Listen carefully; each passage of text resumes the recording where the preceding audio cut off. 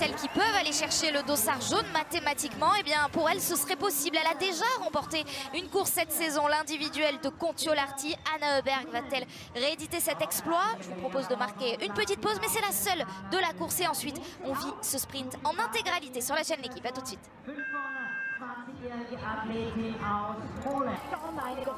Anna Öberg passe à l'intermédiaire et regardez, elle a de l'avance par rapport à Elisa Gasparine. Anna Öberg, on vous a prévenu, avec le dossard 2, va très certainement nous donner des points de passage très intéressants tout au long de cette piste. On vous le rappelle, hein, cette piste de 2,5 km à parcourir 3 fois, donc pour faire 7,5 km au total de passage sur le pas de tir, un tir couché, un tir debout, alors qu'on voit Anna Öberg là dans une montée avec des supporters italiens.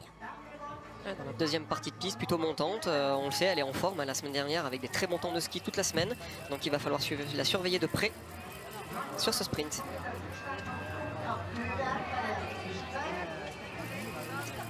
Et on retourne dans le portillon de départ avec Ingrid Tendrevold. On en a parlé dans l'avant-course. Ingrid Tendrevold qui fait office de leader de cette équipe norvégienne féminine en l'absence de Tiré Lekhoff. Ça, on le savait. Tiré Lekhoff avait dit qu'elle ne participerait pas aux courses de décembre. Donc, on ne l'attend pas avant janvier. En revanche, Marte Olsborg-Iseland, on avait bon espoir de la retrouver dès aujourd'hui, dès Orfilsen et ensuite le Grand Bornand. Elle l'a annoncé en début de semaine. Elle ne participera à aucune course en décembre. Elle espère être de retour dès janvier. Et surtout, elle fait désormais de l'objectif de sa saison. Elle fait des mondiaux, l'objectif de sa saison en février à Oberhof. Ouais, ça manque cruellement au circuit et c'est des absences dans l'équipe le virage, il est vraiment très très compliqué ce virage-là. Et ça manque aussi à son équipe. Maintenant, voilà, avec la nouvelle attribution des points et le barème, elles savent qu'elles ne peuvent plus jouer le classement général. Donc maintenant, il faut se mettre en mode objectifs mondiaux et aller essayer de préparer déjà avec les Coupes du Monde du mois de janvier pour arriver en forme sur les championnats du monde qui auront lieu en février. On serait étonné si on voyait en février Marte Olsborg-Iseland tout rafler aux mondiaux. Ce serait une surprise? Non, ce ne serait pas une surprise puisqu'elle va arriver avec de la fraîcheur, mine de rien, et puis elle aura pris le temps de se préparer. Si elle a fait le choix de ne pas arriver, de ne pas venir en Coupe du Monde au mois de décembre, c'est qu'elle estime que dans sa préparation elle est encore un peu en retard et du coup ça lui laisse justement plus de temps pour travailler.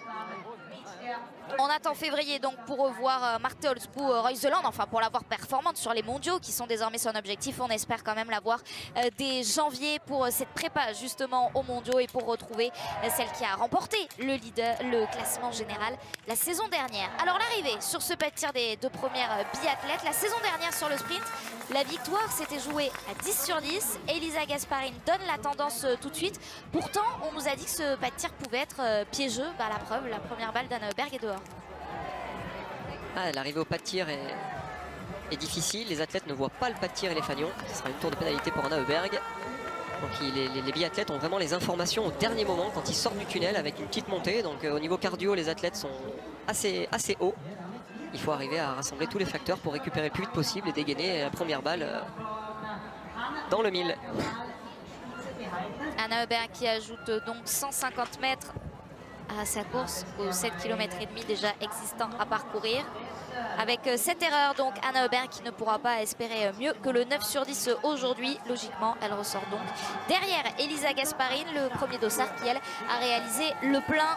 On va y retourner bien sûr très vite sur ce pas de tir, voilà, parce qu'il y a Kalkenberg également, Vanessa Voigt avec le dossard 5. Et puis bien sûr, on garde un œil aussi sur le portillon de départ.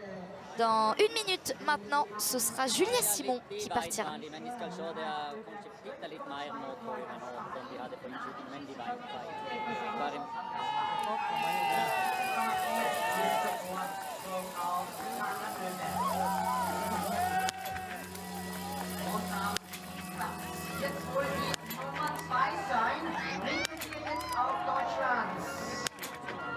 Le plein pour Émilie Kalkenberg. Je regardais son âge, 25 ans. On a un œil avisé, hein, bien sûr, sur cette équipe de Norvège, en essayant de voir qui pourrait accompagner Ingrid Tendrevold dans les hauteurs du classement. Ouais, ça commence à être une athlète d'expérience, hein, Kalkenberg, hein, donc on peut aussi compter sur elle. Hein.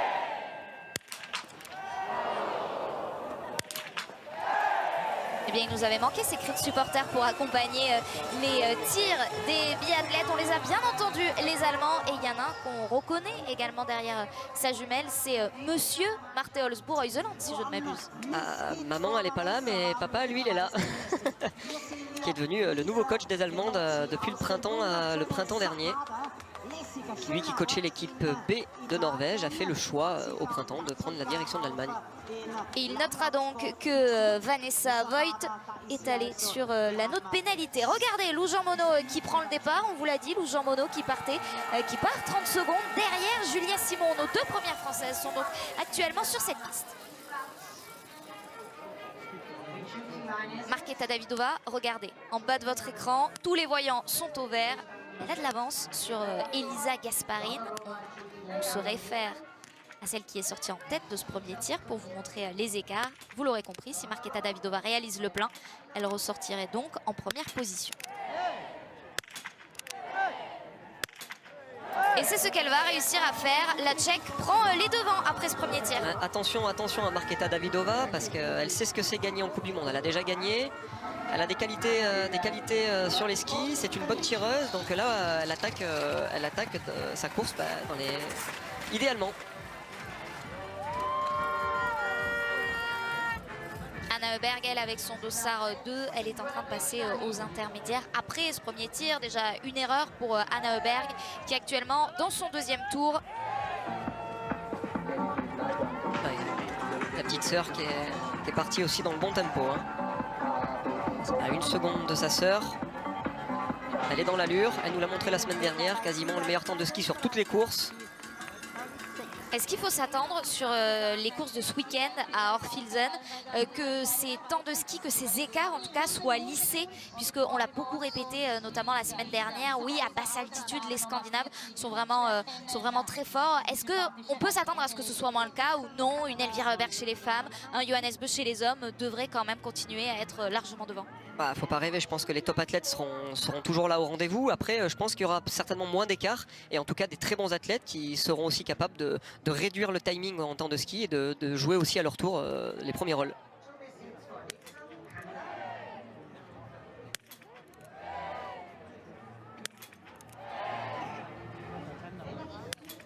Eh bien, en voici un de premier rôle, Fred, avec Ingrid Tendrevold. Alors, elle ne va pas ressortir en tête, mais dans des temps très intéressants par rapport à Markéta Davidová.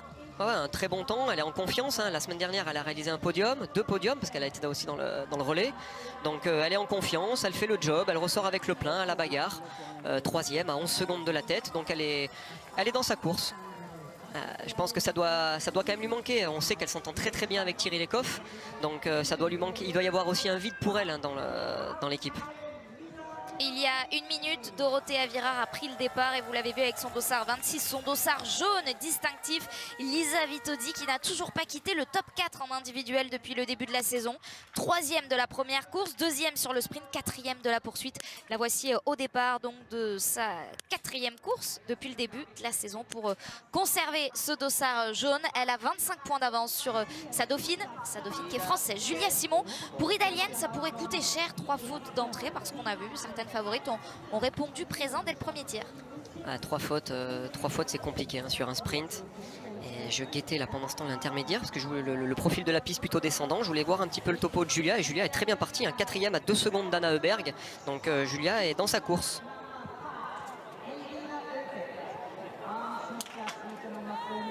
Là aussi, ça clignote en vert pour Elvira Heuberg. Avec peu d'écart toutefois, avec une toute petite avance pour la plus petite des sœurs Heuberg. Caroline Colombo à son tour prend le départ. On arrive à la fin de ce premier groupe. On va attaquer le deuxième groupe de départ. Et Elvira Heuberg, elle met cette dernière balle dehors. Ça fait grimacer son entraîneur de tir. Ça a dû aussi la faire grimacer elle, je pense, parce que là, les sœurs Heuberg, toutes les deux avec une pénalité, elles ouvrent la porte à la concurrence.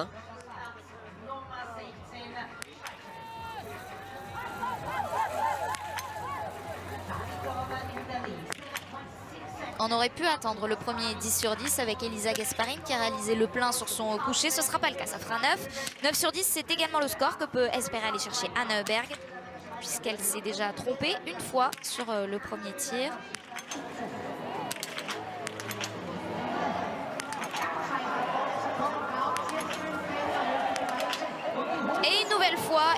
cette balle qui lui échappe. On a senti alors un tir engagé mais presque du coup précipité. Engagé, mais là très sincèrement la dernière balle elle nous l'a volée, hein. On l'a vu, elle n'a pas gardé la tête dans les éléments de visée, elle s'est vraiment précipitée, elle a remis la carabine dans le dos entre guillemets en tirant en même temps. Donc là c'est une énorme erreur qu'elle a commis, donc qui va la pénaliser d'un temps de pénalité supplémentaire. Avec 8 sur 10 aujourd'hui, là elle a un petit peu plus couvert la porte parce que on le sait, hein, ça va certainement se gagner à 9 ou à 10 sur 10. Donc là avec 8 elle compromet une place sur le podium, hein, et à savoir qu'elle est 3e provisoire du général, elle ouvre la porte aussi pour la besace dans des points, quoi. La saison dernière, je vous le disais, la course avait été gagnée à 10 sur 10, mais il y avait quand même une extraterrestre sur le podium. C'était Justine Brezas-Boucher qui avait fait 2 erreurs et qui pourtant s'était invitée sur le podium. On en parle dans quelques instants, mais on suit d'abord le tir de Julia Simon.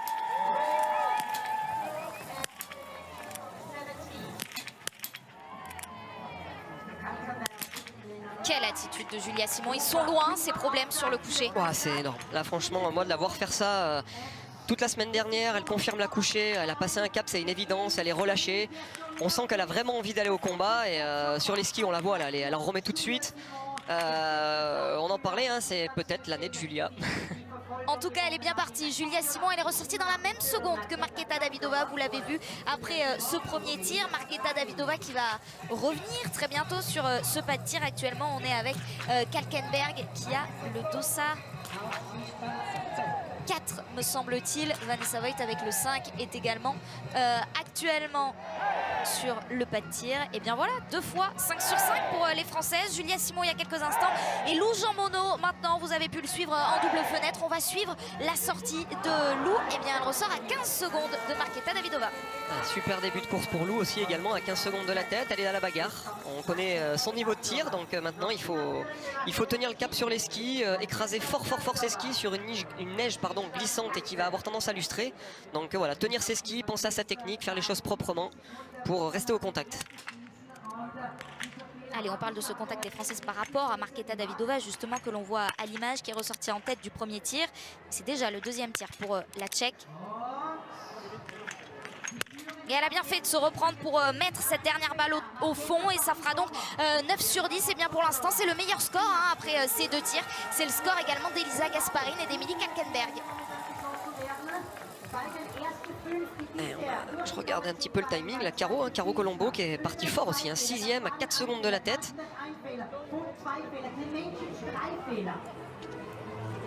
Markéta Davidová, 9 sur 10.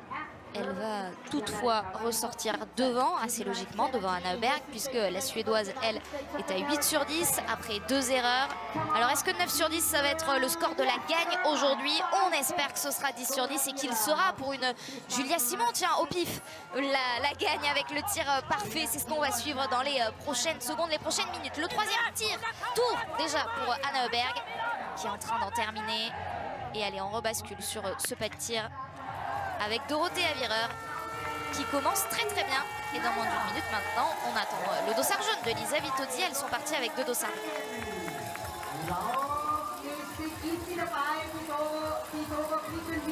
Ah, c'est un site qui réussit souvent à Dorothée Avireur. Hein.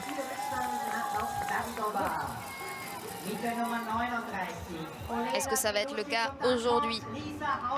En tout cas, on a vu ces supporters qui ont fait le déplacement. Les supporters italiens qui sont au bord de la piste. Il va peut-être falloir choisir son camp entre Dorothée Avireur et Lisa Vitozzi. La voici, l'italienne leader du général en haut à droite, Ingrid Tendrevol, pour le premier 10 sur 10 de cette course. Eh bien non, il suffit de le dire, la malédiction du commentateur. La balle est dehors et ça fera donc 9 sur 10 pour Ingrid Tendrevol, toujours le meilleur score. Ça commence pas top pour Elisa, elle a déjà 2 pénalités. Bon, toutefois, elle met les 3 suivantes dans la cible. On dit toutefois parce qu'on se souvient, hein, la saison dernière, on a parfois vu de grosses craquantes de la part de Vitozzi, jusqu'à 5 balles dehors. Hein. Ouais, des passages à vide que même nous, en bord de piste, on ne comprenait pas trop. Des 3 à 4 pénalités. Elle a eu un changement de staff, changement de coach de tir au printemps. Les choses ont l'air d'aller mieux et je pense que ça lui a fait du bien pour regagner de la confiance derrière sa carabine. Après, voilà, 2 pénalités, peut-être une erreur au niveau des clics. Mais elle a quand même, là il y a le sprint, mais elle a quand même ouvert la porte par rapport au maillot jaune aussi. Hein. Et ça, forcément, ça nous intéresse pour une certaine Julia Simon qui est pour l'instant très bien placée après son premier tir, puisqu'elle est ressortie dans la même seconde que Marketa Davidova. Mais Marketa Davidova, elle est partie à la faute sur son deuxième tir. En attendant le retour de Julia Simon sur ce pas de tir, on suit le tir de Caroline Colombo. Et malheureusement, ça se passe mal pour Caroline d'entrer avec 2 erreurs. C'est dur, là, deux pénalités. Il faut rester focus sur sa course, faut pas se laisser distraire, commencer à trop gamberger, avoir des pensées négatives, rester concentré sur sa course.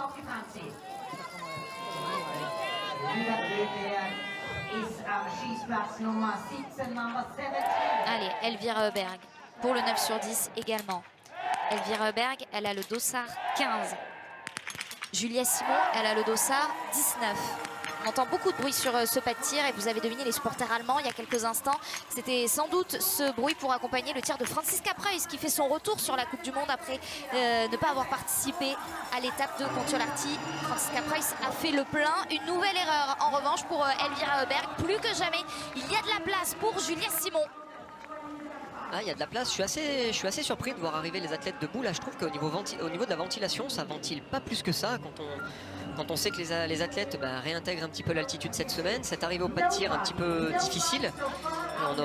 On aurait pu penser voir des athlètes ventiler pour faire redescendre la fréquence cardiaque. Et c'est vrai que là, en tout cas pour les sœurs Berg, j'ai trouvé que c'était assez soft. Donc on va voir un petit peu ce qui va se passer derrière, mais il faut vraiment pas hésiter à respirer, ventiler pour oxygéner un petit peu le corps pour essayer de mettre toutes les chances de son côté pour abattre les 5 cibles.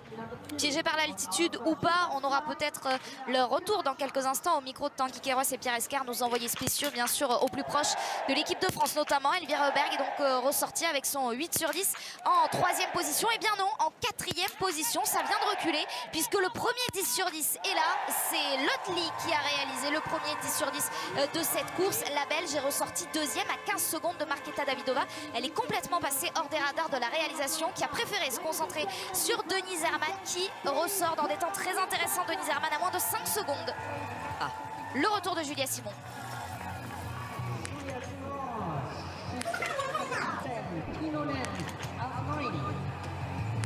Allez, le 9 sur 10, c'est très bien fait ça pour Julia Simon parce qu'on le voit à 9 sur 10, ça peut faire la très grosse course. Aujourd'hui, on sait que les sœurs Berg sont à 8 sur 10. 8 sur 10, Davidova avec 9 sur 10, elle va jouer, elle va être dans le match avec Davidova là, Julia, je pense. Elle peut espérer le 10. Lou Jean Monod, comme Julia Simon il y a quelques instants. Lou Jean Monod avait aussi réalisé le tir parfait en couché. On a un œil bien sûr sur l'anneau pénalité. Dans le même temps, on va vous donner la sortie de Julia Simon. Julia Simon, elle ressort en 2e position, à moins de 3 secondes de Marketa Davidova. Lou a l'air en difficulté, là, on l'a vu faire une flexion. Peut-être les jambes qui tremblent souvent quand on voit le biathlète faire ça.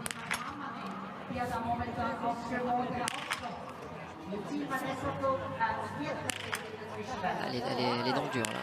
Il se passe quoi là pour Lou Jean Monod? Si vous pouvez essayer de vulgariser ça, Fred, pour nos téléspectateurs, c'est mental, c'est physique?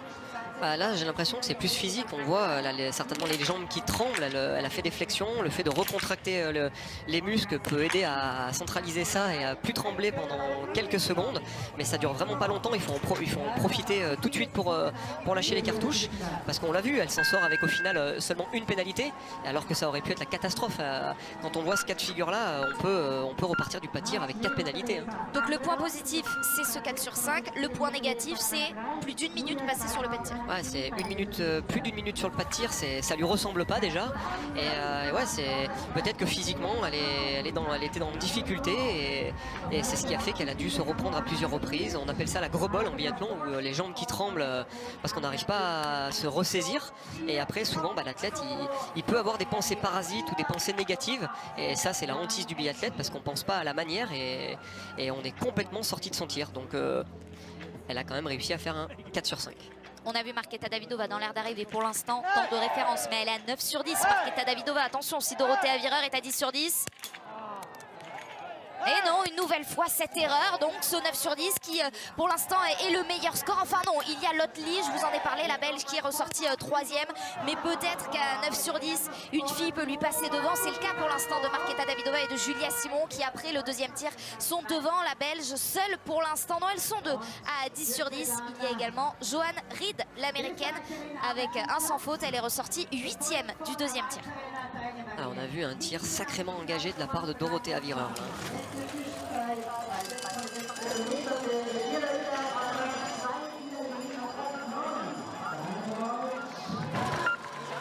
L'arrivée d'Ingrid Tendrevold avec elle aussi ce 9 sur 10. Mais elle se place derrière Anna Öberg alors que la Suédoise compte une erreur de plus. Alors est-ce que c'est une belle opportunité à prendre pour Lisa Teresa Hauser à domicile qui en plus a le dossard rouge après avoir remporté le premier sprint de la saison? Eh bien elle aussi va devoir aller tourner. La surprise viendra-t-elle de cette Slovène Anna Marija Lampic? Pour l'instant, en tout cas, c'est l'attraction également de cette course. Fred, on a eu l'occasion à peine de l'évoquer pendant l'avant-course. Lampic, athlète slovène, fondeuse slovène qui a décidé de se mettre au biathlon à l'intersaison et qui le prouve. Et bien sur la piste, c'est elle la plus forte. L'attraction de cette Coupe du Monde, elle découvre la Coupe du Monde aujourd'hui. C'est son premier départ. On sait, c'est ancienne numéro 1 mondiale en ski de fond. Elle avait gagné le globe du sprint. Elle a fait le choix de changer de discipline. Donc voilà, elle apprend et là pour le moment, elle apprend plutôt bien. Parce qu'on l'a vu sur l'IBU Cup la semaine dernière, alors que Lisa Vitozzi est en train de tirer. Elle était la plus rapide sur la piste, mais sur le pas de tir, c'était encore un peu timide. Ouais, c'était timide au niveau du tir. Mais pas comme Lisa Vitozzi, apparemment elle est moins timide sur son debout. Mais c'est impeccable. Mais elle a skié, elle était sur une autre planète. Lampic, la semaine dernière en IBU, elle était au-dessus du lot.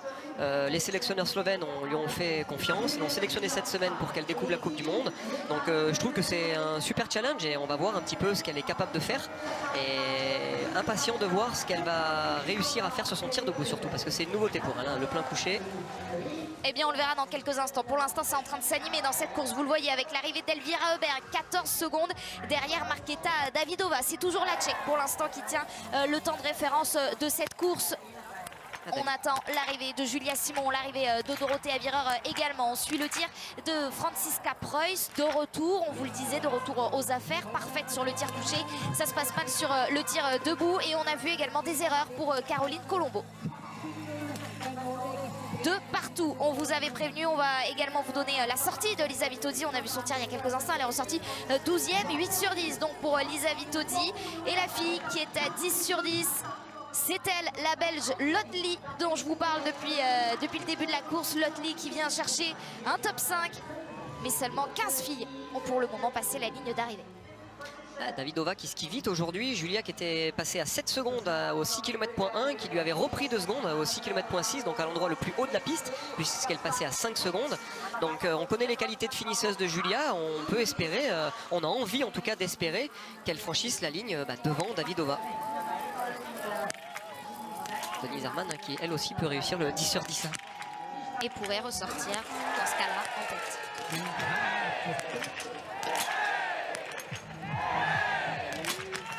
Est-ce qu'elle est là, la victoire du jour pour Denise Herrmann? Un petit peu de chance pour l'Allemande et peut-être donc une place de numéro 1. En tout cas, elle va ressortir en tête. Elle avait le dieu des cordons avec elle aujourd'hui. On a vu sur la 3e balle, la balle à droite, à moitié dans le blanc, à moitié dans le noir. On appelle ça un cordon. Ça a basculé en sa faveur et ça lui permet de prendre les commandes de la course. C'est elle pour le moment qui met la plus grosse option sur la victoire de Denise Herrmann, alors qu'on va voir l'arrivée de Julia Simon qui jette le ski et qui sera derrière Marketa Davidova pour 2 secondes tout pile.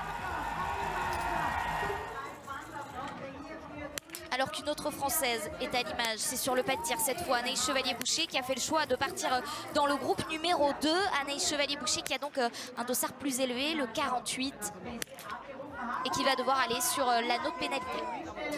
2 tours de pénalité d'entrée, c'est pas l'idéal. Mais il faut rester concentré comme on le rappelait. Faut pas oublier qu'il y a une poursuite dimanche. Et toutes les secondes comptent sur ce sprint, puisqu'elles partiront avec les écarts de ce sprint justement. Donc il faut rien lâcher, se battre jusqu'au bout. C'est trop important. Le sprint conditionne tellement la poursuite qu'il faut vraiment se battre jusqu'au bout. Alors la poursuite, ce sera samedi pour les filles, mais il y aura également une poursuite dimanche. Ce sera pour les garçons cette fois. On a un petit peu interverti le programme cette semaine. Demain, ce sera le sprint masculin. On sera ensemble dès 12h30. Et puis ensuite, samedi, poursuite femmes, relais hommes dès 10h30. Et puis dimanche, relais femmes et poursuite hommes cette fois. On sera ensemble également aux alentours de 10h30 dimanche. C'est une très belle semaine. Dernière étape hein, avant le Grand Bornand. On sera ensemble dès jeudi, 12h45, jeudi prochain. Donc dans une semaine, tic-tac, tic-tac, le compte à rebours est lancé. Dans une semaine, on sera au Grand Bornand. On ouvrira avec le sprint masculin jeudi prochain, donc à 12h45. Allez, avant de parler du Grand Bornand, de se projeter, il y a cette étape hors Filzen pour toutes ces filles-là avec le dossard 51 de la Norvégienne Caroline Knotten.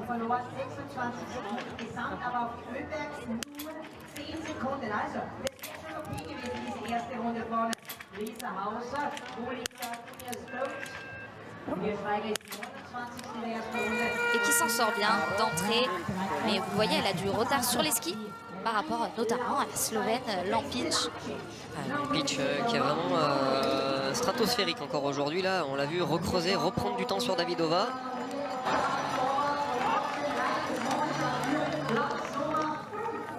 Dorothée Avireur vient chercher le top 5. Dorothée Avireur avec son 9 sur 10. C'est le même score hein, que Markéta Davidova et pourtant elle pointe à 19 secondes de la Tchèque, à 17 secondes donc également de Julia Simon, la Française pour l'instant. Toujours sur le podium. Julia Simon toujours en deuxième position. En attendant donc, on va faire un point. Denise Herrmann qui est ressortie en première position du deuxième tir. Et puis on attend bien sûr le retour sur le pas de tir de Lampic. Et bien voilà, il suffisait de demander. Alors là, on passerait d'attraction à sensation quand même si Lampic réussissait le 10 sur 10. Regardez le chrono, hein, 1 minute, clairement elle ressortira en tête. Voilà, ça serait la folie. Elle découvre la Coupe du Monde. Se retrouver à gagner ou faire un podium, on va voir ça, mais c'est pas super bien.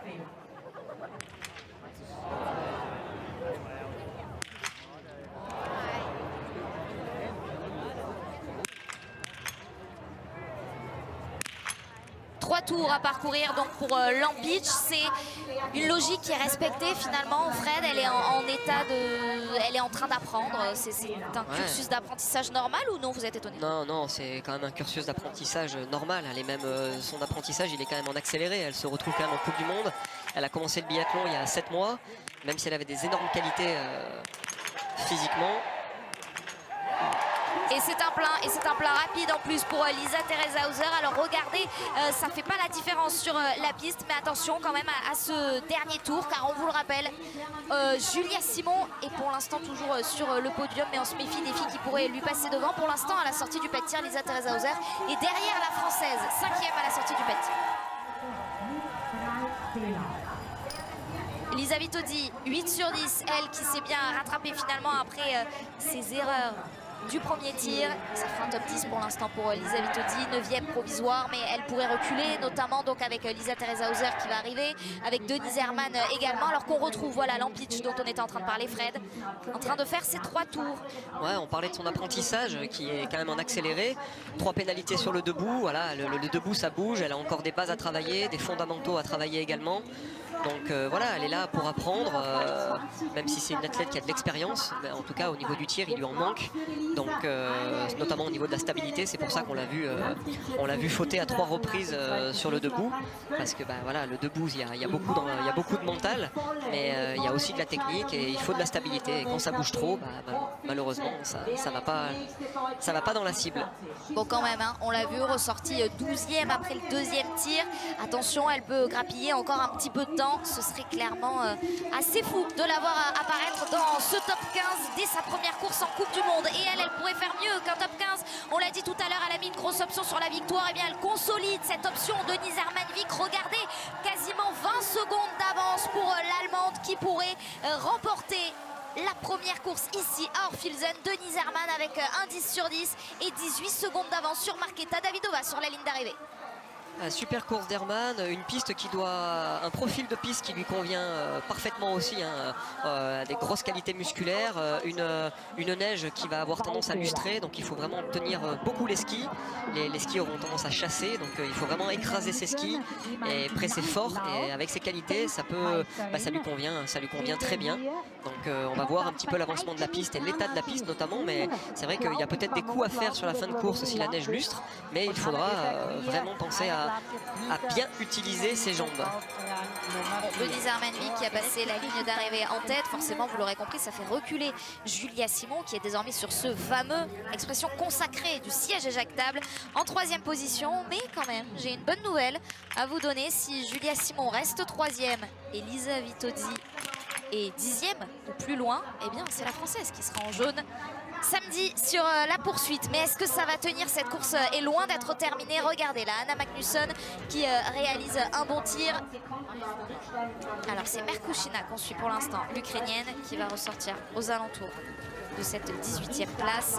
Alors qu'Anna Magnusson, elle, est ressortie à 34 secondes en 5e position. Voilà, vous avez vu les écarts précis. Alors que la réalisation revient sur les carabines des biathlètes avec celle de Dunia Zduk, l'Autrichienne, pour aller chercher le sans faute. Ils sont rares, hein, les sans faute aujourd'hui, et surtout les sans faute des favorites. Seule Denise Hermann-Wick y est parvenue, et parmi les autres, il y a donc Lotte-Lee, dont on vous a parlé, la Belge, et désormais Dunia Zduk, dont on va surveiller la sortie du pas de tir. Alors Lampitch, elle était ressortie avec 45 secondes environ d'écart. On la suit dans son dernier tour. Elle peut venir se rapprocher d'Elvira Heuberg, hein. Elle est plus qu'à 5 secondes d'Elvira, avec un tour de pénalité en plus. Quand on voit la vitesse de déplacement d'Elvira Heuberg depuis déjà le début de saison, et ben, ça en dit long sur Lampitch et sa vitesse à ski, hein. Alors la réalisation a rapidement switché entre la Slovène et l'Autrichienne, forcément à domicile. Lisa Theresa-Hauser qui a les faveurs de cette réalisation, le 9 sur 10 pour Lisa Theresa-Hauser, et cette différence, hein, cet écart justement qu'on regardait tout à l'heure avec ce temps perdu par Lisa Theresa-Hauser, puisqu'elle était ressortie avec 35 secondes de retard sur le deuxième tir. Vous l'avez vu au précédent intermédiaire, elle en a davantage. Aïta Gasparine, la Suissesse, elle aussi à 9 sur 10. Cette ligne d'arrivée pour l'instant toujours dans le top 10, c'est ce qui nous intéresse forcément, hein, pour ce dossard jaune. Eh bien, elle vient s'intercaler, la Suissesse, entre Julia Simon, notre Française, toujours sur le podium, toujours 3e, et Lisa Vitozzi, désormais 11e. Si ça reste comme ça, Julia Simon sera la 7e Française à porter un dossard jaune. Caroline Knoten, attention justement à cette fille par rapport à Julia Simon pour le podium, parce que regardez, Caroline Knoten, elle va ressortir autour de ses 20-25 secondes, et ça clairement, ça peut être une menace pour Julia Simon. Il y a moins de 3 secondes d'écart entre la Française et la Norvégienne pour aller chercher cette 3e place sur le podium. Elle est toujours surprenante, cette Caroline Knoten. On a l'impression que ça avance pas plus que ça sur les skis, mais c'est une athlète qui est grande, et du coup ça fait un peu un effet optique, et au final ça presse quand même et ça avance. Donc, mais bon, après, sur un dernier tour, 3 secondes derrière Julia, je pense que Julia devrait quand même rester devant. Quand on voit le dernier tour qu'elle fait, elle devrait... Vous n'êtes pas inquiet? Non, je suis pas inquiet. Je suis pas inquiet plus que ça. Je suis pas inquiet non plus parce que je regardais Anaïs Chevalier qui avait fait le plein debout. Ça la remet un petit peu dans la bagarre, entre guillemets. On est passé pas loin de la chute pour Hauser. Là, elle s'est complètement retrouvée assise. Là, musculairement, c'est dur, hein, de repartir derrière. Déjà, vous avez les jambes qui sont pleines de toxines. Il faut arriver à reproduire de la vitesse à 50 mètres de la ligne, et c'est pas évident.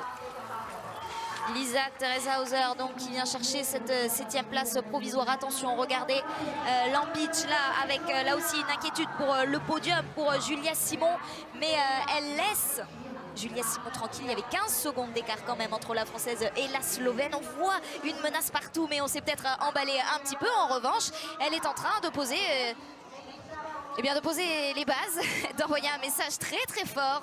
Lampic peut être 5e aujourd'hui malgré son 7 sur 10. Ouais, je pense qu'en plus de poser les bases, à mon avis, avec la performance du jour, elle va poser ses valises en Coupe du Monde. Hein.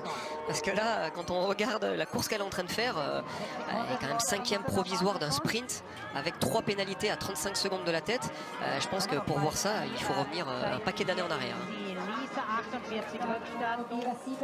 La sensation Lampic, donc peut-être dans la cérémonie des fleurs aujourd'hui, il va falloir attendre, c'est ce que va faire également Denise Hermann-Wick, pour l'instant en tête avec un petit matelas d'avance, 18 secondes d'avance sur Marketa Davidova, et on regarde bien sûr tous les datas après le premier tir, après le deuxième aussi bien sûr. Pour le moment on ne voit pas grand monde qui pourrait aller chercher Denise Hermann. Regardez par exemple avec cette tchèque là, Vobornikova, aller chercher le 10 sur 10, oui c'est possible, mais elle a déjà trop de retard sur Denise Hermann pour espérer ressortir devant. Et celle qu'on continue de suivre bien sûr, c'est Caroline Knoten dans son dernier tour. On le rappelle, 3 secondes d'écart entre Julia Simon et la Norvégienne à la sortie du pas de tir. Mais bon, rassurez-vous, Fred Jean à mes côtés est très confiant. Ouais, elle vient de passer à l'instant aussi kilomètre point, hein, Knoten. Elle passe à 33 secondes de la tête et elle est déjà 6 secondes derrière Julia. Bon, c'est bon, on avait raison de faire confiance à un spécialiste. Et on avait vu que sur cet intermédiaire-là, Julia avait reperdu un petit peu de temps sur Davidova et qu'elle avait été capable de reprendre du temps derrière. Donc à mon avis, on est tranquille. Allez, on l'espère, tranquille pour donc cette 3e place de Julia Simon. C'est loin d'être terminé aussi parce qu'il y a d'autres Françaises que l'on suit. Sophie Chauveau et Chloé Chevalier sont actuellement en piste. Sophie commet une erreur sur son premier tir. Ouais, et Anaïs Chevalier, Anaïs Chevalier-Boucher, qu'on n'a pas trop vu pendant la course, mais qui là, au 6 km/6, vient de passer 13e à 1 minute de la course. Elle qui avait pris 2 pénalités sur le tir couché, avec un joli plein debout, ça lui permet d'être à la bagarre et de revenir dans le match pour la poursuite de ce week-end.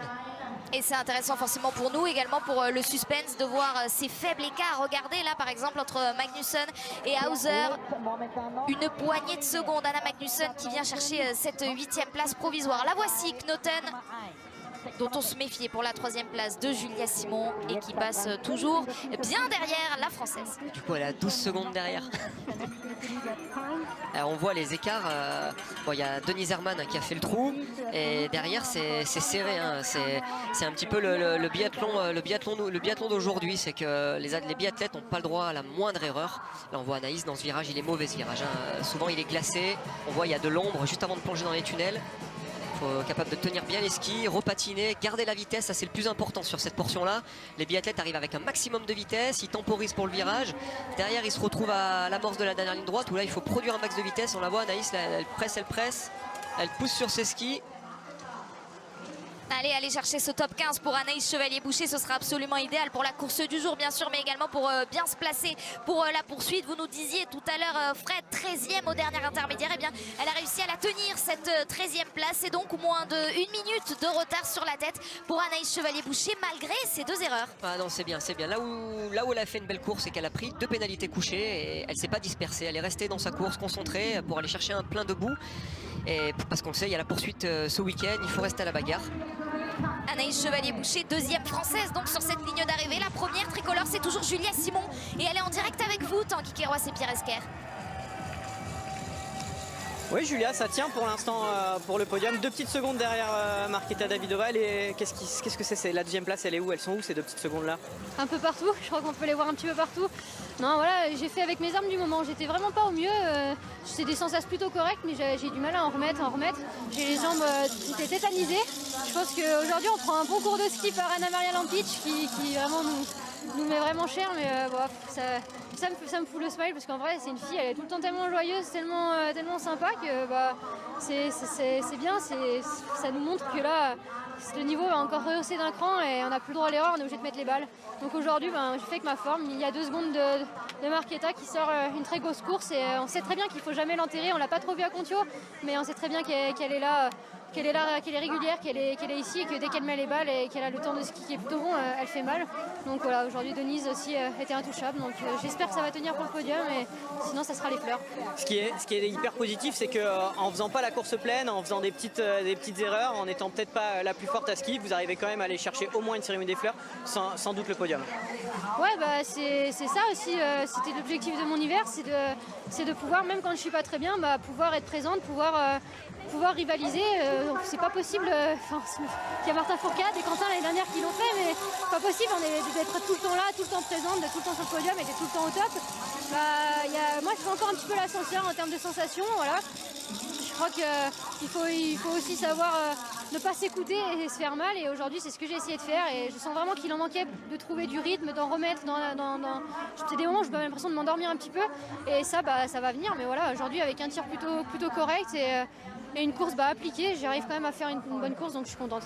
Et alors c'est tôt dans la saison, c'est peut-être anecdotique, mais ils ont lancé la machine à calculer à Paris, et il pourrait y avoir un dossard jaune si vous restez sur le podium. Ouais, écoute, ouais, c'est cool. Je sais pas, franchement, je sais pas. C'est vrai que là, c'est un très bon début de saison pour moi, et j'ai pas pensé à ça. Si je dois le porter, ça serait avec plaisir, grande fierté et honneur, et j'irai me battre pour chaque petite seconde et chaque point. Mais vraiment aujourd'hui, j'essaie de pas penser à tout ça. J'essaie de vraiment faire mon biathlon, de me faire plaisir. Je m'éclate derrière cette carabine. En coucher, j'ai compris des choses, et là, je me sens vraiment avoir les armes pour trouver cette régularité, et pourquoi pas jouer peut-être un classement. J'espère que j'aurai pas de coup de mou, mais jouer un classement régulier et dans les 5 du général peut-être, oui. Bon super, occupez-vous d'éclater les cibles et de vous éclater. Voilà. Je vous laisse faire les calculs. Et nous on s'occupe des calculs. Merci Julia. Beaucoup de plaisir donc pour Julia Simon sur cette piste, et nous, beaucoup de plaisir également à l'écouter quand même, Fred, voir cette attitude de Julia Simon. Alors oui, il faut pas s'emballer, mais disons-le, ce serait formidable de l'avoir avec ce dossard jaune. Ça serait formidable de l'avoir avec ce dossard jaune, parce que ça en dit long, c'est beaucoup de travail. Un classement général, c'est quelque chose, hein. C'est pas là, même si la saison a commencé depuis, on est sur la 2e étape, c'est quelque chose qui récompense l'athlète le plus régulier et le meilleur sur l'ensemble de la saison, donc ça serait super. Mais là on la voit complètement épanouie et surtout relâchée, comme elle a utilisé ce terme là, et on le voit avec ses résultats de tir, quoi. Elle est régulièrement bien, voire régulièrement très bien. Ouais, parce que 9 sur 10 aujourd'hui, on le voit, c'est quand même un score énorme. Alors oui, avec le 10, ça fait la victoire. C'est le cas pour Denise Herman Vic, qui a la main mise là pour l'instant sur la plus haute marche de ce podium et qui pourrait la garder. Mais 9 sur 10, c'est Markéta Davidová. Seulement 2 secondes finalement d'écart entre la Tchèque et Julia Simon. Justement, il y a encore quand même une marge de progression. On peut savoir où elle peut aller les chercher, ces 2 secondes où on est gourmand, et c'est déjà un super résultat. C'est déjà un super résultat. 2 secondes, c'est comme on disait en milieu de course, hein. On est vraiment sur du très haut niveau, et au jour d'aujourd'hui, les athlètes n'ont pas le droit à l'erreur. S'ils ont l'oreille qui gratte, ils savent que s'ils se grattent l'oreille, ils vont perdre 8 places. Donc voilà, il y a tout à gratter. Là, sur une prestation comme aujourd'hui, Julia, elle est quand même déjà au millimètre. Donc voilà, c'est une belle course. Par contre, en partant à 2 secondes, si on part du principe que Julia reste sur le podium, et ça a l'air de sentir plutôt bon, à 2 secondes de Davidová, croyez-moi que j'aimerais pas être à la place de Davidová sur la poursuite, hein, parce que dans cette situation-là, Julia, elle peut être redoutable et intenable. On vous le rappelle, hein, les écarts sur la feuille de résultats du sprint seront reportés sur la liste de départ de la poursuite. Julia Simon s'élancera donc avec 2 secondes de retard sur Markéta Davidová, ça c'est une certitude. À quelle position s'élanceront-elles ces deux-là, 2e et 3e, comme c'est actuellement le cas? Eh bien ça, il va falloir attendre, parce qu'il y a encore des filles sur cette course, et notamment Sophie Chauveau qui part à la faute. Ça va pas plaire à Jean-Paul Giacchino. 3 erreurs qui s'ajoutent à la première sur le tir couché. C'est dur là, c'est difficile. Sophie a découvert la semaine dernière la Coupe du Monde. Elle avait à cœur de bien entamer sa semaine à Orphitzen. Là, 4 pénalités. Il va quand même pas falloir s'oublier dans le dernier tour. Pas oublier qu'il y a une poursuite ce week-end. Une poursuite et également un relais ce week-end, et ce qu'on sait déjà, c'est que dans le relais slovène, il y aura justement Anna Maria Lampic, puisque seulement 4 Slovènes féminines ont été sélectionnées. J'en parle puisqu'on voit justement l'une d'entre elles à l'image. Quand même, Quelle sensation aujourd'hui, Julia Simon en a parlé en interview, mais toute la caravane biathlon, on va en parler de cette Slovène de 27 ans. C'est Slovène de 27 ans qui, on rappelle, a gagné le Globe, le classement général du sprint en ski de fond. Donc c'est pas n'importe qui dans le monde du nordique. Et elle arrive là en biathlon et elle montre le niveau de ski qu'elle a, et ça va en faire trembler plus d'une, parce que on peut imaginer une Lampic progresser tout au long de la saison et se retrouver à très rapidement être capable de tirer à des 9 sur 10 ou 10 sur 10. Et quand on voit le temps d'aujourd'hui de Anna-Maria Lampic sur le sprint, et je vous laisse faire vos calculs, hein. Avec 9 sur 10 ou 10 sur 10, c'est pas compliqué. Avec 9 sur 10, elle gagnait la course.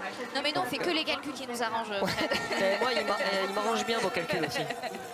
Alors qu'on suit une autre attraction dans cette fin de course, c'est Anna Gandler, l'Autrichienne. Vous avez vu, elle est ressortie en 15e position.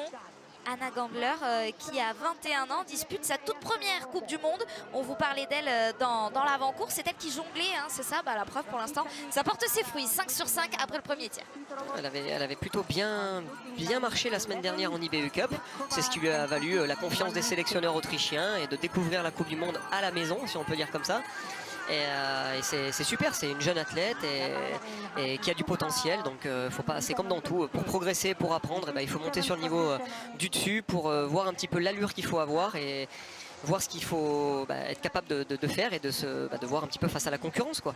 Et nous, la Coupe du Monde à la maison pour toute l'équipe de France, ce sera dès la semaine prochaine. Ça y est, on y est sur un des plus gros rendez-vous de l'hiver à Annecy, le Grand Bornand. Jeudi, midi 45, on ouvrira cette formidable semaine avec le sprint masculin. Notez bien ce rendez-vous jeudi, midi 45. Allez, Chloé Chevalier avec ce dossard 95. Elle est partie tard dans cette liste de départ. C'est bien, on va pouvoir bien suivre comme ça. Elle ne va pas échapper à la réalisation.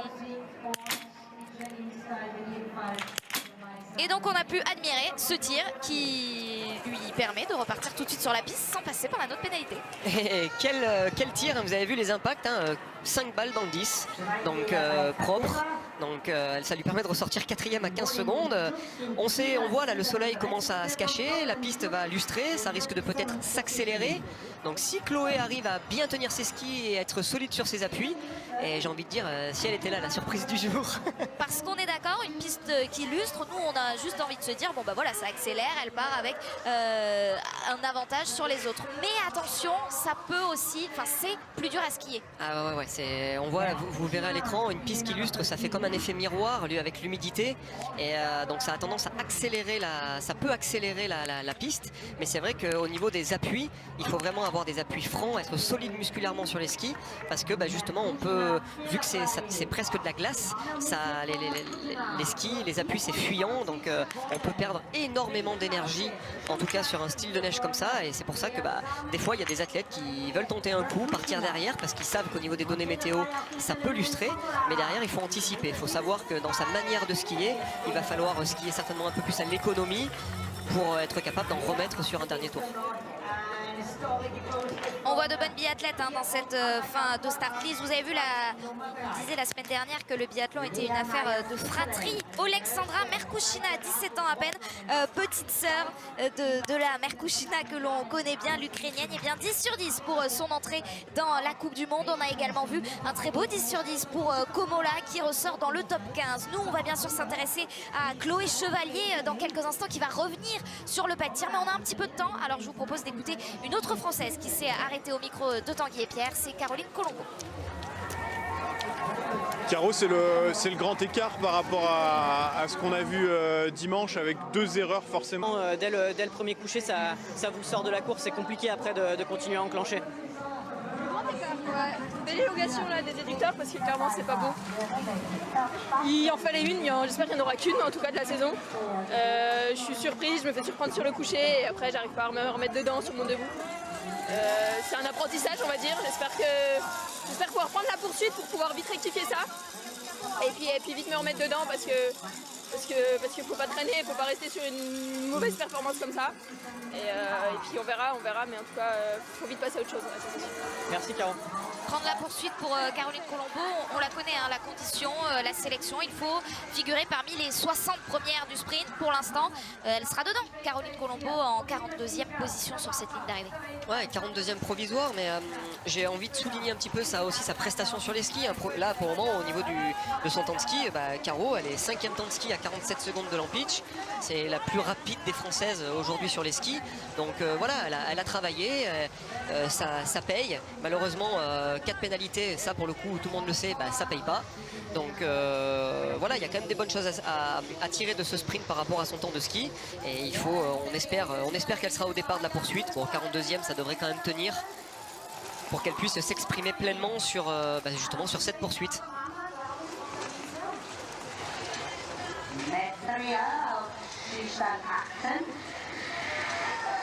Alors qu'on suit non pas Anastasia Merkushina, qui avait le dossard 45 il y a quelques instants, mais bien Oleksandra Merkushina, 17 ans à peine, qui dispute sa toute première course en Coupe du Monde. Cette jeune Ukrainienne. Et puis bien sûr, on attend sur le pas de tir Chloé Chevalier, hein, vous l'avez vu tout à l'heure sur l'écran pendant nos explications. Chloé Chevalier qui pourrait aller chercher le meilleur résultat de sa carrière, tout simplement. Regardez, la voici, 28 secondes de retard. Chloé Chevalier qui va arriver pour son deuxième tir. Chloé qui n'a jamais fait mieux qu'une 8e position en Coupe du Monde. Ouais, elle a de la fréquence là, l'écran ça écrase un petit peu, mais je vous garantis qu'ici c'est raide, c'est même très raide.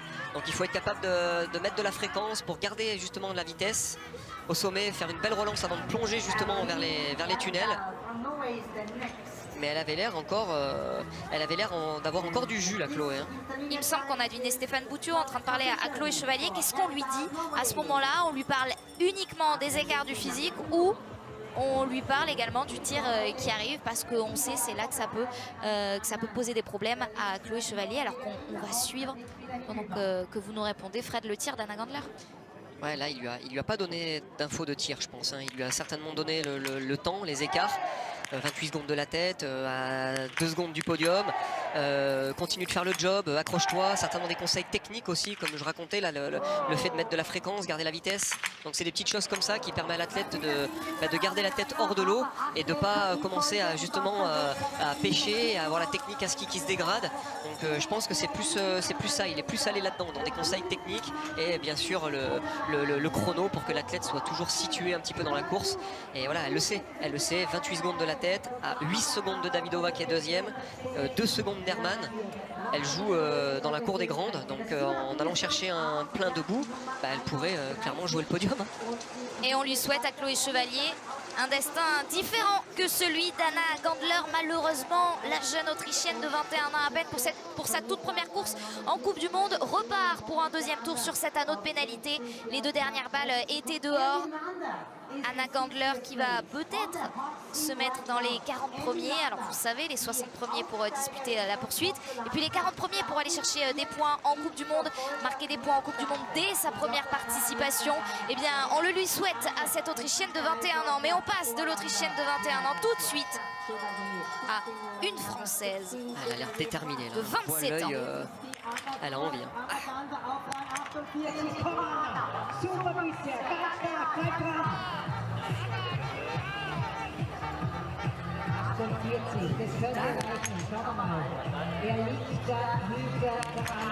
De l'envie, et Chloé Chevalier signe le 9 sur 10 aujourd'hui. Alors on s'en contente de ce 9 sur 10 aujourd'hui, Fred, ou on regrette qu'elle ait passé du temps sur le pas de tir? Non, il va falloir qu'elle prenne ce résultat-là. Elle a eu une semaine compliquée la semaine dernière. On va voir ce que ça peut donner. Mais j'ai eu un peu peur. Hein. Je vous avoue, j'ai eu un peu peur à cette 3e balle quand j'ai vu se reprendre. Et elle aurait pu retomber dans ses vilains démons, à gamberger un petit peu au niveau du tir et à faire un tir beaucoup trop long. Mais voilà, elle a su faire le job et aller mettre les balles au fond pour repartir avec un 9 sur 10. Et ça va lui permettre de sortir 10e à 36 secondes, elle est à 2 secondes des fleurs, hein, donc allez, si elle fait le boulot sur les skis et qu'elle presse fort sur les jambes, ça peut jouer les fleurs, hein. On le rappelle, peut-être que la piste est en train de lustrer, de s'accélérer, donc pas tomber dans ce piège-là technique et rester concentré justement sur sa technique à ski. La piste qui accélère et puis également des informations va avoir Chloé Chevalier, alors que d'autres filles qui partent plus tôt partent un petit peu à l'aveugle. Là, ça peut être vraiment le supplément d'âme pour Chloé si elle sait qu'elle est à tant d'écart? Ouais, elle va avoir les infos. Là, je pense que le premier staff qui sera à la sortie du pas de tir va justement lui donner le temps, la place, les infos, comme quoi elle est vraiment à 4 secondes des fleurs. Mais il va également aussi lui rappeler que 2 secondes derrière, il y a Anna Heuberg. Et ça peut être motivant pour elle, surtout quand elle aura l'information au deuxième intermédiaire. Et ça, c'est hyper important, hein. Ça situe l'athlète et par rapport à sa gestion de course. Et il n'y a que elle qui sait au final, hein, où elle en est physiquement. Est-ce qu'elle va être capable d'en remettre? Est-ce qu'elle elle commence déjà à être pendue? Là, on l'a vu sortir du pas de tir avec de la vitesse, capable d'en remettre sur le plat qui se situe derrière le pas de tir. Donc impatient de voir ce que ça peut donner sur le deuxième intermédiaire. Eh bien, avant de la retrouver sur les images de la réalisation, évidemment, nous, on a un œil sur tous les intermédiaires. Hein, mais je vous propose d'écouter Lou Jean Monod qui s'est arrêté il y a quelques instants au micro de Tanguy et Pierre.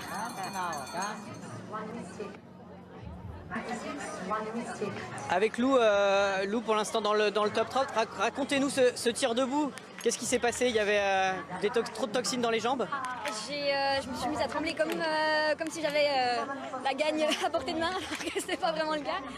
J'ai vraiment pas compris pourquoi je me suis mise à trembler. Je vais aller en discuter avec Polo, voir ce que lui il en pense. Et ouais, ça me saoule un peu parce que j'ai passé, c'est comme si j'avais fait un tour de pénal gratuit, quoi, voire 2. Donc après, ça aurait pu être vraiment pire. J'étais partie, vu comme ça tremblait, j'étais partie pour les mettre toutes dehors. Donc finalement 4, c'est pas si mal.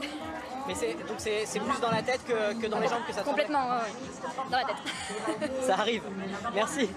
Les explications de Lou Jean Monod, alors que justement on s'est posé la question, on va avoir l'occasion d'y revenir avec vous Fred, mais on suit la Chloé Chevalier qu'on va voir à un prochain intermédiaire.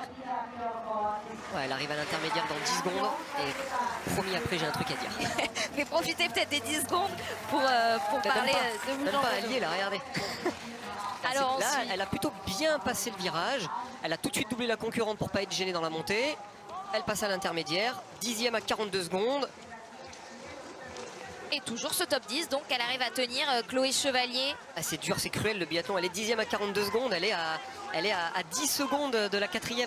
Alors c'est cruel pour Chloé Chevalier, mais pour le suspense, ça c'est pas mal parce qu'on va avoir une poursuite de fou. Ah bah là, vous venez de nous dire, de la 4e à la 10e place, il y a extrêmement peu d'écart. Ah bah là, clairement, on prend le top 15 de la course. J'exagère pas en disant que tout le monde peut gagner. Quand on voit que la 15e va se retrouver à 1 minute, poursuite, 4 tirs, bah les dés vont être rejetés.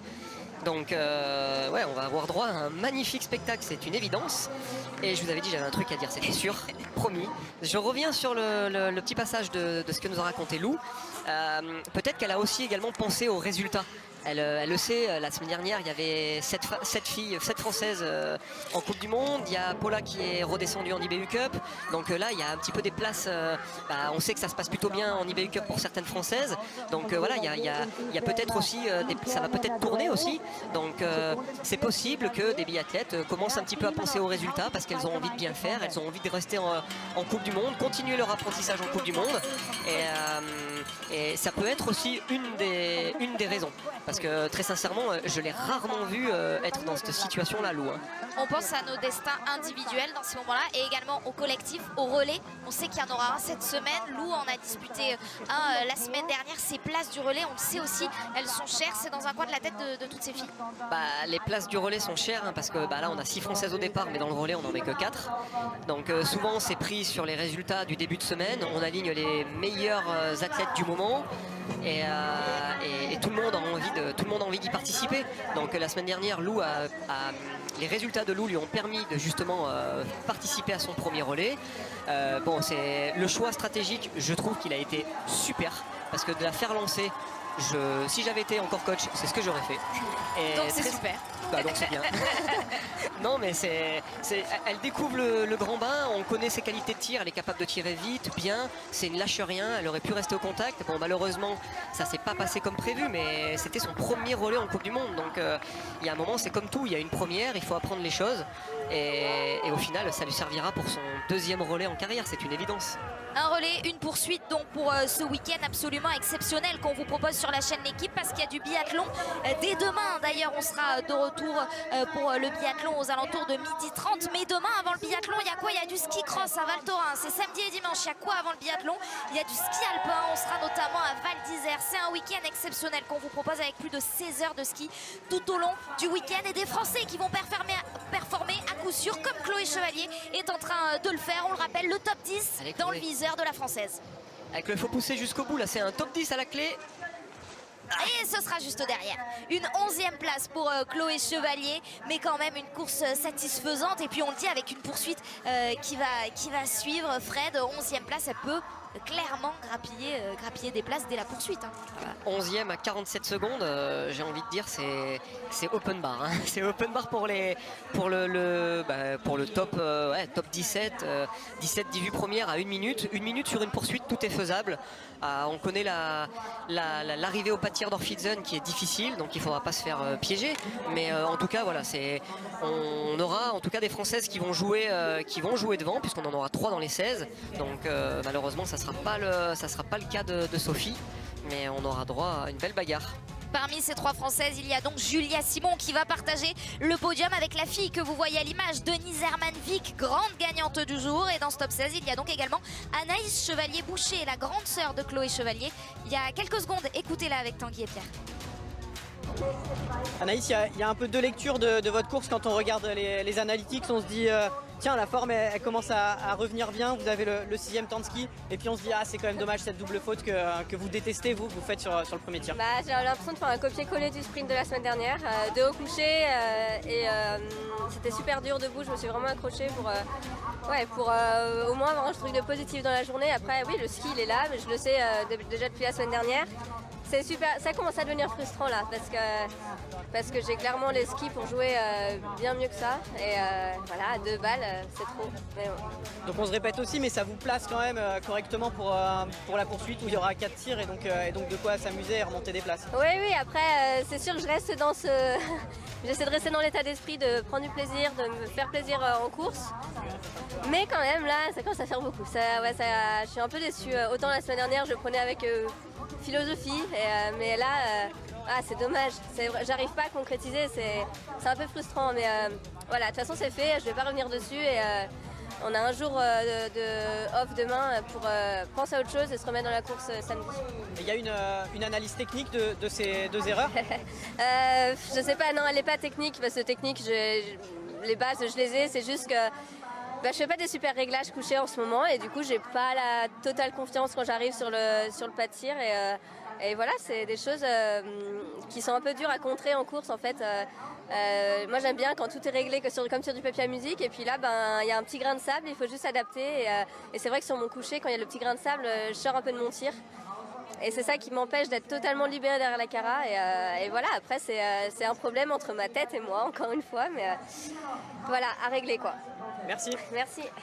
À régler dès la poursuite, on l'espère, pour Anaïs Chevalier-Boucher. Restez bien avec nous, on va vivre le podium de Julia Simon en direct dans quelques instants. Et Julia Simon qui est le nouveau dossard jaune de leader de cette Coupe du Monde de biathlon. Le débrief avant d'aller sur l'équipe foot, 2 joueurs de l'équipe de France en conférence de presse et l'entraînement qui est ouvert aux médias pendant le premier quart d'heure. Ce sera dans l'équipe foot à partir de 16h, juste après notre débrief. À tout de suite.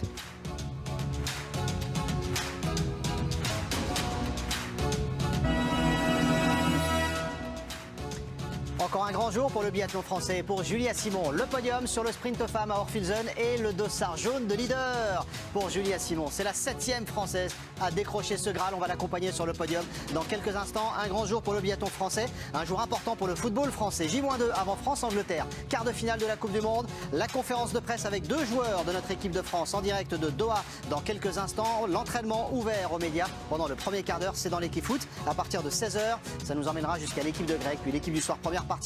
Grand match de basket également, l'Euroleague, 12e journée ce soir, le Real Madrid face à Monaco. Avant l'équipe du soir, 2e partie. Fred Jean est un homme ému d'avoir commenté la course qui va permettre à Julia Simon d'endosser le dossard jaune de leader. Vous en remettez, Fred ? Ouais, je m'en remets, mais c'est vrai qu'un dossard jaune sur les épaules, ça fait quand même quelque chose. Là, je repense à plein de choses qui se sont passées au cours des 8 dernières années auprès de Julia, et je suis vraiment super content que Cyril ait su la remotiver et la mettre dans cette position-là. Mais voilà, c'est vraiment génial ce qu'elle a fait aujourd'hui, et ouais, le dossard jaune sur le dos quand même, quoi.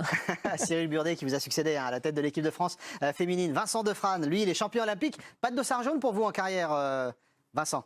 Alors jamais à la fin de la saison, une ou deux fois porté, mais ce fut rapide. Vous l'avez porté 2 fois. Voilà, ouais. je crois. Oui. Non, mais c'est Et fantastique. ça fait quoi cette sensation? Voilà, la cérémonie qui va démarrer dans quelques instants, mais racontez-nous cette sensation. Pourquoi est-ce que c'est comme porter le maillot jaune du Tour de France? Oui, ben c'est une reconnaissance assez incroyable. Hein. C'est une reconnaissance d'abord statistique. On est le meilleur à ce moment-là, et puis oui, il y a toute cette symbolique, cette magie, mais cette pression qui arrive très vite, parce que tout de suite, les discours et les questions changent pour un athlète quand il se retrouve dans cette posture-là. Et en tout cas, c'est super parce qu'elle semble bien partie, Julia. On la retrouve sur le podium dans quelques instants. Voici Chloé Chevalier, 11e. On a frôlé le top 10, voire même la meilleure performance de sa carrière, Tanguy. Bah oui, on n'est pas loin de ses plus belles références en Coupe du Monde. En tout cas, c'est une course qui, même si elle n'est pas parfaite, elle fait beaucoup de bien après une fin de semaine difficile à Kontiolahti. Oui, clairement, la fin de semaine dernière avait été un peu compliquée, difficile. Le résultat était mauvais, mais aussi la manière. J'étais vraiment déçue de moi. Donc aujourd'hui, je partais à la fin. C'était finalement une opportunité de me dire, allez, au moins je fais ma course. Il y a rien qui se passe autour, entre guillemets, quoi. C'est plus calme et ça me permettra d'être dans mon truc. Et finalement, c'est rigolo parce que je disais au départ, oh là là, mais quand je vois qu'il y a devant... mais final, voilà, je me suis vraiment fait plaisir sur les skis. Voilà, après une petite balle qui m'échappe debout et un petit peu de temps perdu. Mais voilà, il y a beaucoup de positifs. Je voyais à Kontiolahti, ça remonte, c'était la semaine dernière, il s'en passe tellement jour après jour sur un entraînement. Vous direz, je refais 2 chargeurs pour me faire plaisir, vous tirez les balles vite, elles sont toutes dedans. On se dit, mais pourquoi il est encore là, ce petit blocage qui vous empêche de le faire en course? L'entraînement, c'est facile, hein.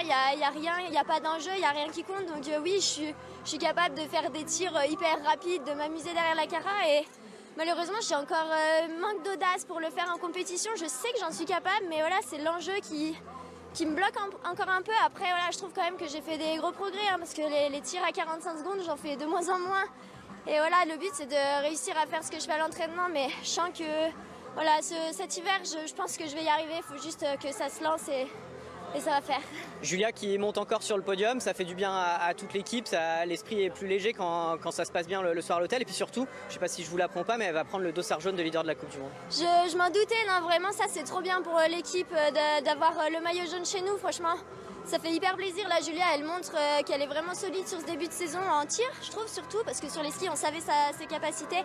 Et en vrai, ça fait vraiment plaisir pour l'équipe. Je trouve que ça nous montre aussi que c'est possible, qu'on s'entraîne bien. Et que dans notre équipe, il y a des gens sur qui on peut compter. Donc non, je suis contente là. J'espère qu'elle le gardera. Merci Chloé, on vous laisse aller la voir sur le podium.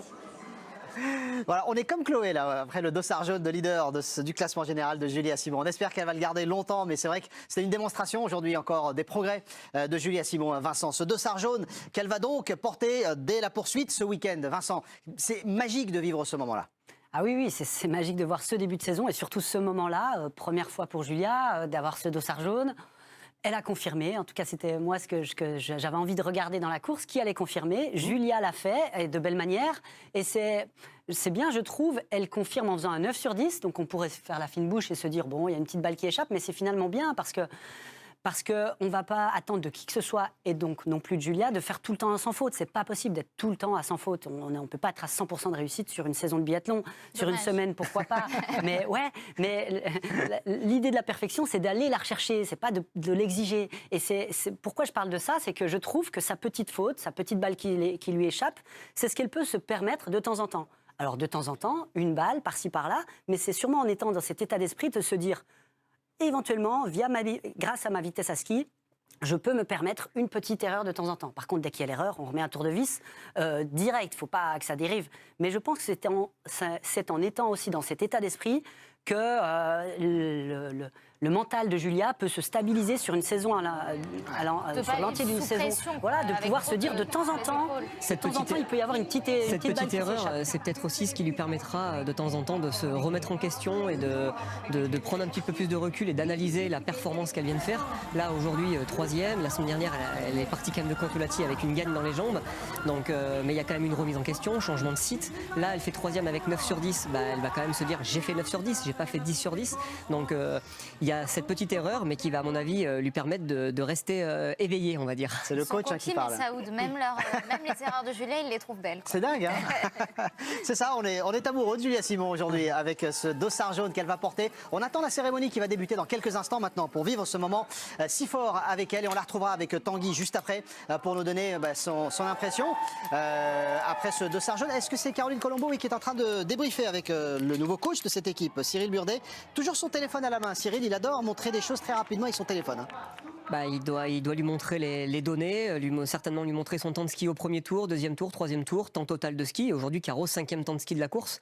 Donc, plus rapide chez les Françaises. Elles se tiennent avec Anaïs et Julia en 3 secondes. Mais voilà, ça débriefe. Vous avez votre téléphone avec vous?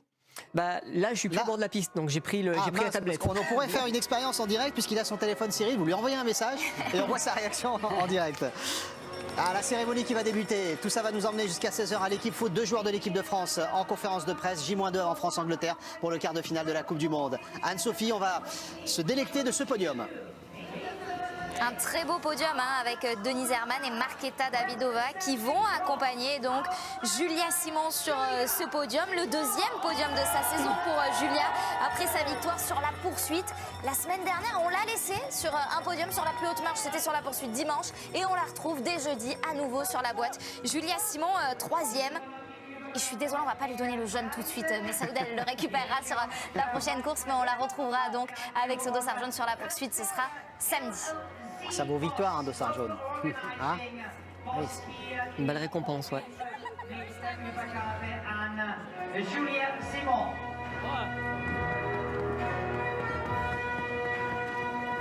Le protocole qui a une autre envergure que Contiolahti. Je ne sais pas si vous êtes d'accord à Orphilson. Il y a du monde déjà, donc ça fait la différence. On a vu beaucoup de monde dans les tribunes, on a entendu beaucoup de bruit. Aujourd'hui, les spectateurs accompagnaient déjà les tirs à Contiolahti, mais là, par exemple, pour les Allemandes, il y a eu quand même beaucoup de bruit. Marketa Davidova qui revient sur le podium. Alors Marketa Davidova, ça reste une fille très régulière, évidemment. Elle est actuellement, après cette course, elle est 7e du classement général. Mais finalement, la saison dernière, c'est un seul podium. Voilà, une seule fois, elle est montée sur cette boîte et c'était justement là aussi en tout début de saison.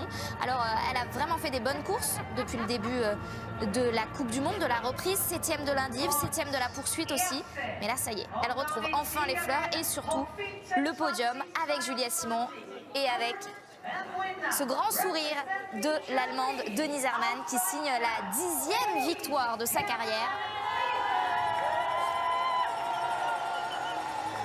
Et le premier podium pour elle cette saison, déjà 2 cérémonies des fleurs, mais elle n'avait pas encore pu monter sur ces marches-là, ni sur la plus haute marche, donc Denise Herrmann, qui elle aussi fait un bon classement général, mais on aura le temps de revenir dans le détail du classement général dans quelques instants. Pour la petite histoire, les bouteilles qu'on leur donne, là, elles pourraient profiter de faire comme les podiums de Formule 1. Parce que c'est pas bon. Parce que c'est vraiment imbuvable. En tout cas. Donc avec modération, sans aucun problème. Ah, non, avec modération, ça c'est sûr, mais c'est vraiment pas bon. On ne citera pas la marque alors. Un nouveau podium pour Julia Simon et on vous le rappelle, le plus important pour elle, le dossard jaune de leader du classement général. Une première dans sa carrière, c'est la 7e française. On fera un petit jeu avec Vincent et Fred pour savoir si vous les avez toutes, les 6 françaises qui avaient endossé ce dossard jaune avant Julia. Avec la cérémonie des fleurs qui se poursuit avec Elvira Heuberg. Attention quand même à Elvira Heuberg qui reste dangereuse, toujours là depuis le début de la saison dans cette cérémonie des fleurs. Donc, et puis, ce visage, vous devez le retenir. Le visage de Anna Maria Lampic, première Coupe du Monde donc pour la fondeuse de 27 ans, 7 sur 10. Et pourtant, elle se range là aujourd'hui parmi les meilleures entre les 2 sœurs Heuberg alors qu'elle vient du ski de fond. Anna Maria Lampic vient chercher le top 5 et en 6e position on retrouve Anna Heuberg, la plus grande des 2 sœurs. Anna Maria Lampic aujourd'hui qui a quand même rendu une copie de 27 secondes en temps de ski à Elvira Heuberg. Quand on voit la vitesse de déplacement d'Elvira la semaine dernière, c'est-à-dire 3 courses, 3 meilleurs temps de ski, ça en dit long sur le niveau de ski de Lampic. Incroyable. 25 secondes à Elvira Heuberg qui est une fusée normalement. 27 même. Non, Oh on oui. vous en donne 2 de plus. On arrondit. Elle a quand même un tour de pénalité de marge sur Elvira, quoi. Heureusement qu'elle a tiré à 7 sur 10. Heureusement, ouais.